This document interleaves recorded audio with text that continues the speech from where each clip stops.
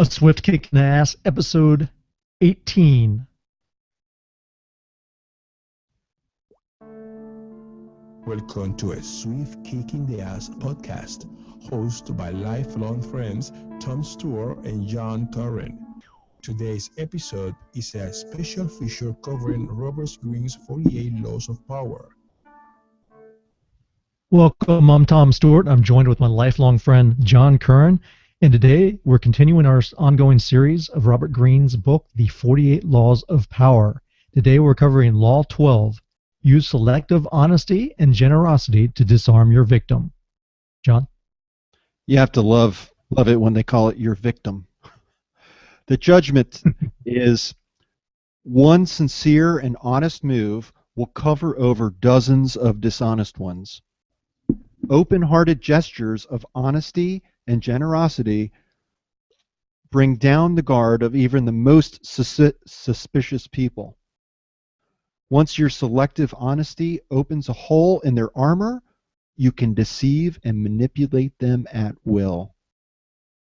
A timely gift, a Trojan horse, will serve the same purpose. So is that like giving somebody a pie full of bees, and when they open up the pie, all these bees come out and they're like, bees!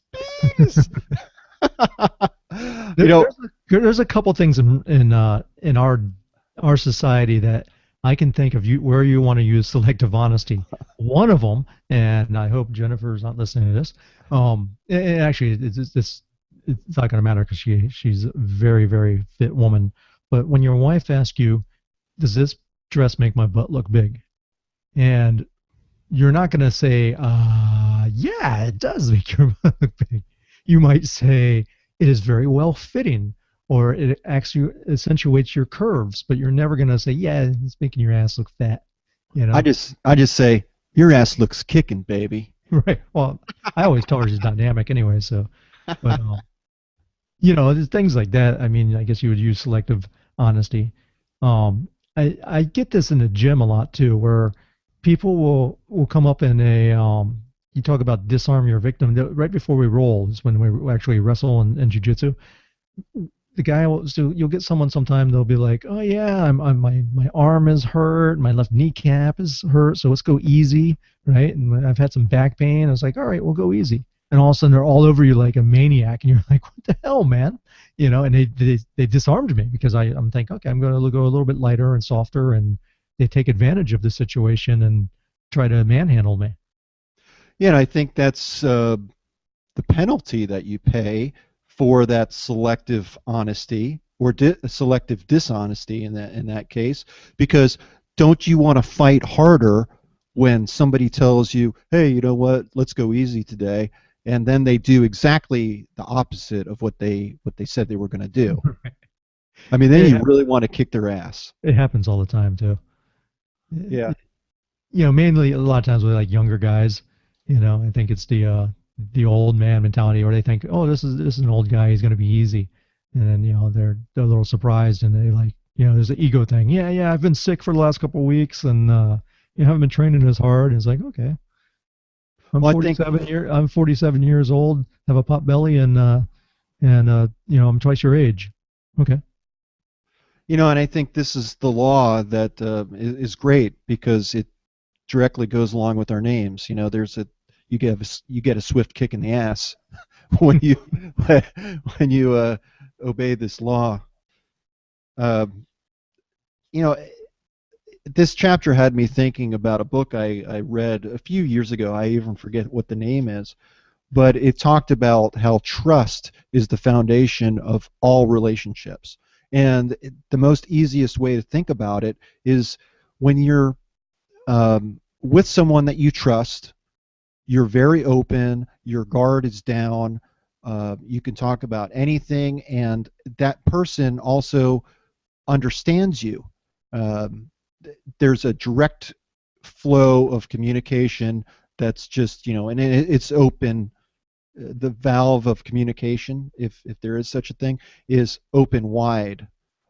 When you're talking or dealing with somebody that you don't trust, you are guarded, you watch what you say, You are thinking back about what they said to you and kind of second guessing uh, things that they've told you, and it really gets you wondering. And it all boils down to trust.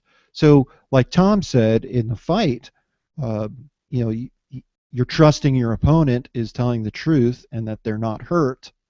And when you get out there on the mat and they start, you know, giving it to you full throttle, you find out that you're deceived, and that hurts, and it'll backfire. Yeah, because you're first of all, you're a training partner. You're not in a real fight. You're not in a competition. You're not, in an MMA fight where you're trying to win at all costs. You're there to get better and help each other. So you have to be honest. It's just like any kind of relationship, you speak about trust. Trust is also very important in business relationships. Is probably the most important. In fact, that's really when people buy from you. Usually, they're buying from you because they trust you. In fact, I don't know if the book that you read was The Speed of Trust. That's one of them that's I think that popular. was.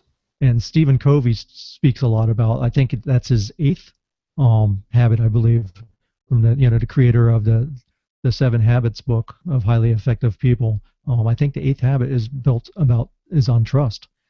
And if you don't have trust, you don't have anything. And that's part of getting people to know you and know who you are, and having relationships. And that's why salespeople take their clients for lunch or dinner or take them for entertainment. It's to build that trust and that rapport, so they realize they're dealing with people. They buy from other people and people they like. They don't buy from people that are trying to just pull something over on them or seem dishonest. Yeah, I agree completely with you. In fact, there's a commercial here in the Richmond area for an attorney that's dealing with insurance adjusters, and he makes mention saying that the insurance adjusters are really buddy with you for the first couple of weeks. They develop, a rapport, your trust, and then when it comes down to it, they hold all of that against you. And he says, I know all their tricks because I used to be an insurance adjuster.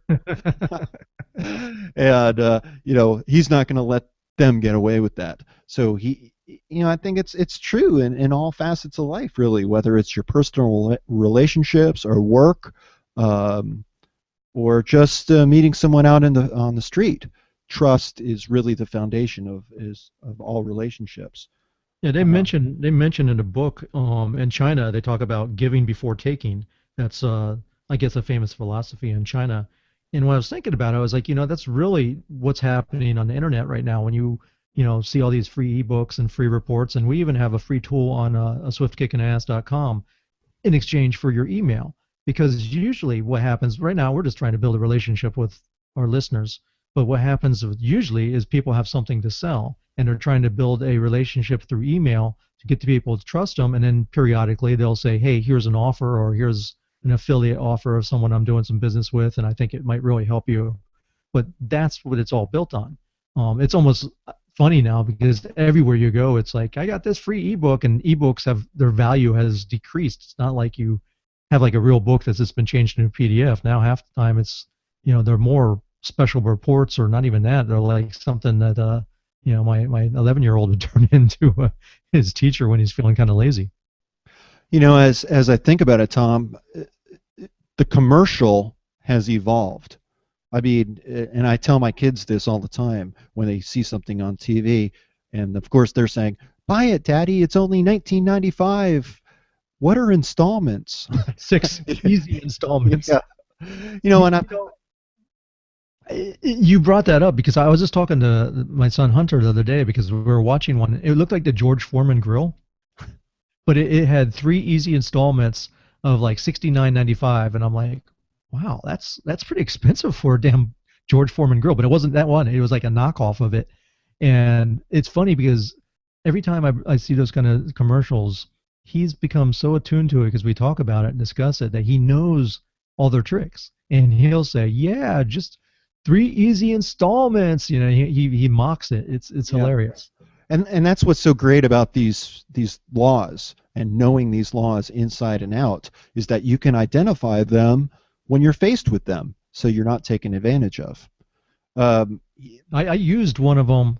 I don't want to say specific because it was a work related thing, but I used one of the ones we just covered a couple episodes back, and I used it the very next day, and I was like, you know what?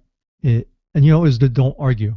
That that was the law, and I was ready something to happen, and I was like, I knew that I was justified in my actions, and I could have been texting back and saying blah blah blah blah blah, and it just said okay, and I'll just suck it up, and it Yeah. went away.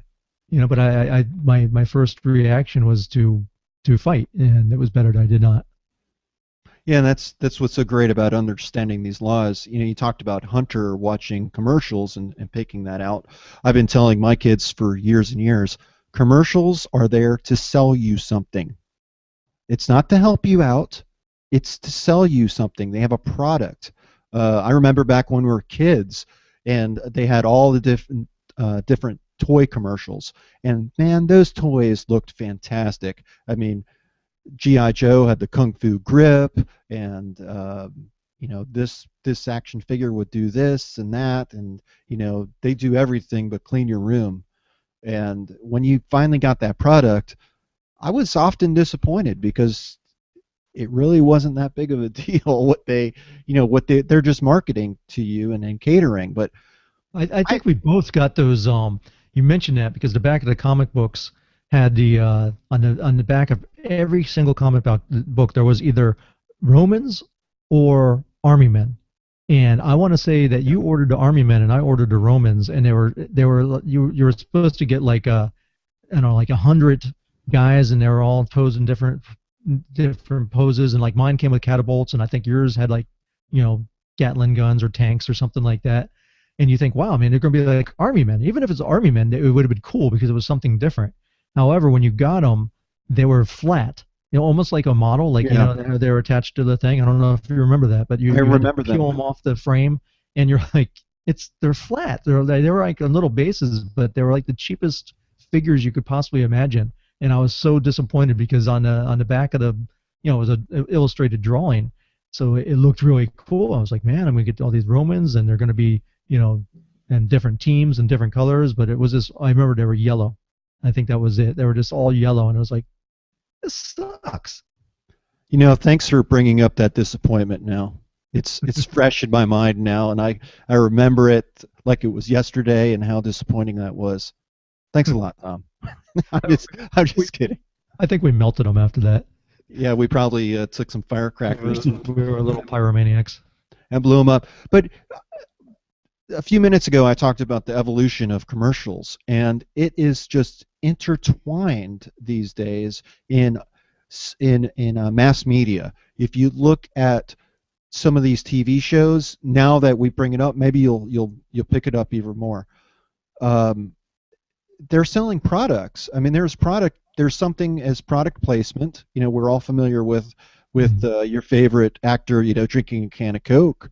But if you notice, like on The Voice, um, they offer the lines of clothing that the contestants wore, and they're like, "Do you like what so and so wore?" And they show the guy or the girl, in this 360 view, with the wind going through their hair and all done up, and they're selling the clothing that you've been watching. It's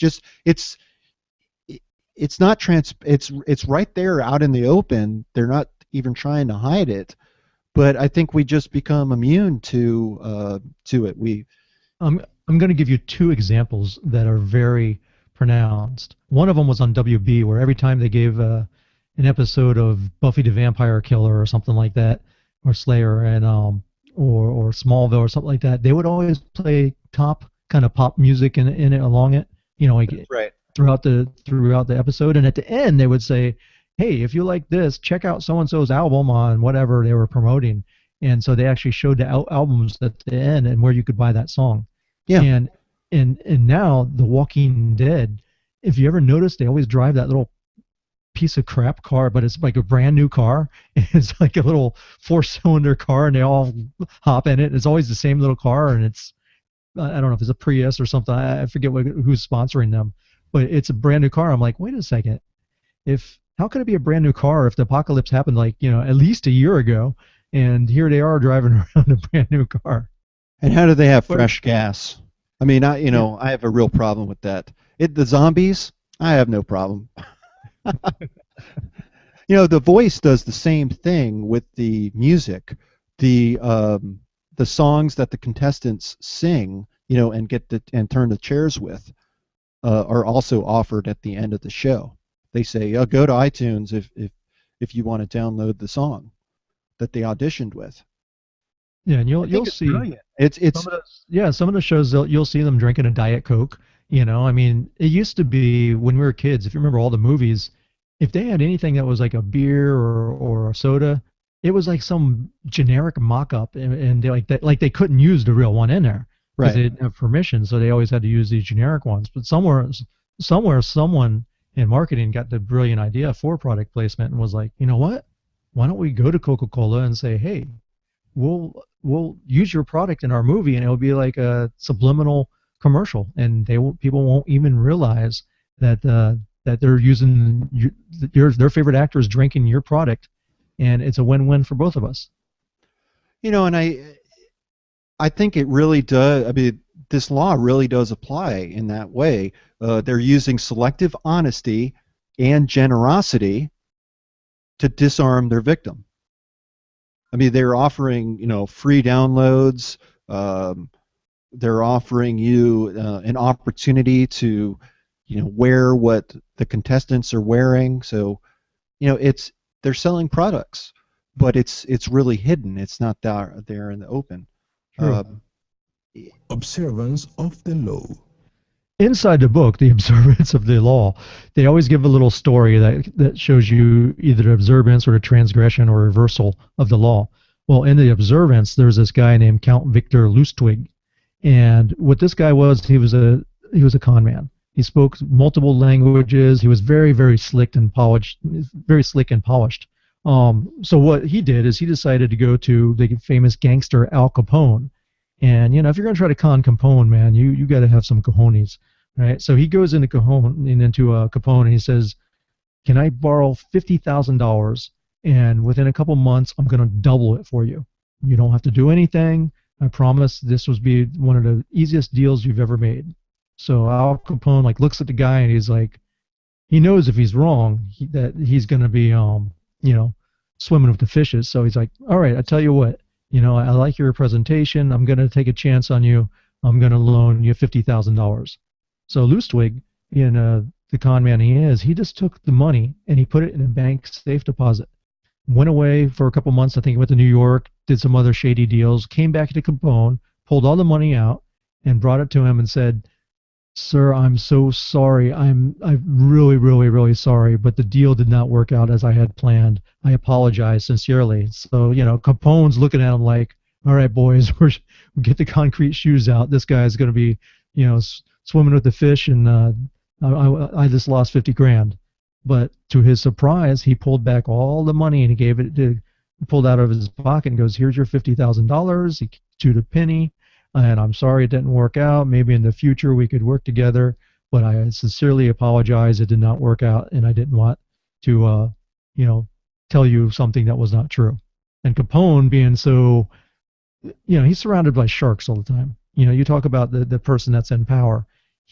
Capone's like the ultimate power. No one's gonna say anything to him because, I mean, he's the Godfather. He'll whack you. So Capone, seeing an honest guy, or what he thought was an honest guy, was like, you know what? I feel bad for you. It's not often I see someone that I do business with as honest as you, Lustwig, and I'm going to give you $5,000 to help you out and get you out of whatever trouble you're in. So what the real deal was is Lustwig had no idea, no scam to get the 50,000. He didn't want that. He just wanted the 5,000, and he knew that if he could get Capone and prove to him that he was an honest man, that Capone would feel comfortable and do something in return for him, and that's what he did. Yeah, he says, "You've got some balls. I like you." And he says, you're honest. You're honest. Yep. Can't even imagine that. I feel bad for you because you didn't make any money. Didn't. You saved me money because now I don't have to put you with the fishes.